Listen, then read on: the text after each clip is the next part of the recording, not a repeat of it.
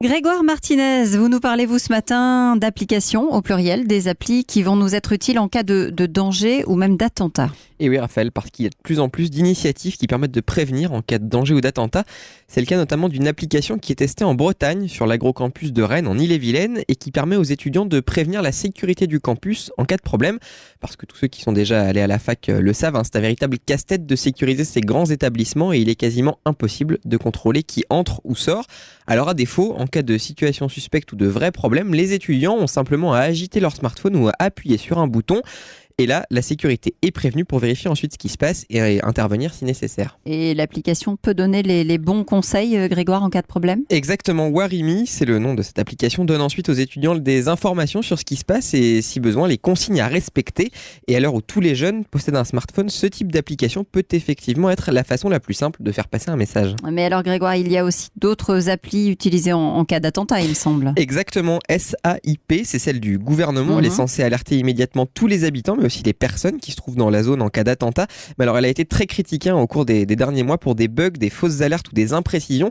Et c'est bien le problème avec ce genre d'application, il faut qu'elle soit très fiable, sinon les utilisateurs ont tendance à perdre confiance et le jour où il y a une véritable alerte, ils ne prendront pas forcément au sérieux.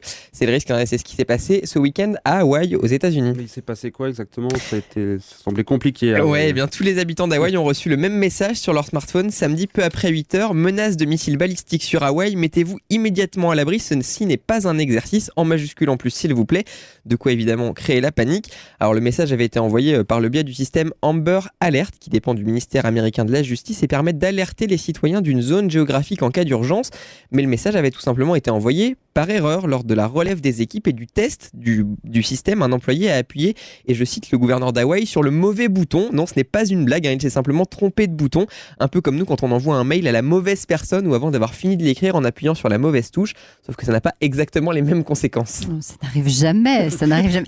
Dites-moi, petite question, pour votre appli, la première qui est testée sur l'agrocampus de Rennes, est-ce qu'elle a besoin d'être validée justement, puisque vous parliez du système SAIP du gouvernement, est-ce qu'il y a besoin d'une validation pour pouvoir l'utiliser à grande échelle ? Non, parce qu'en l'occurrence, là, elle était testée sur un campus et sur une zone géographique bien précise, donc c'était une initiative directement au sein du campus qui permettait de la mettre en place. Mais à partir du moment où on la met sur le marché, là, il y a besoin d'être agréé en quelque sorte ? C'est une excellente question, Raphaël, à laquelle je n'ai pas la réponse dans l'immédiat, mais on va se renseigner. Bon, vous revenez évidemment avec la réponse. Je compte sur vous, Grégoire.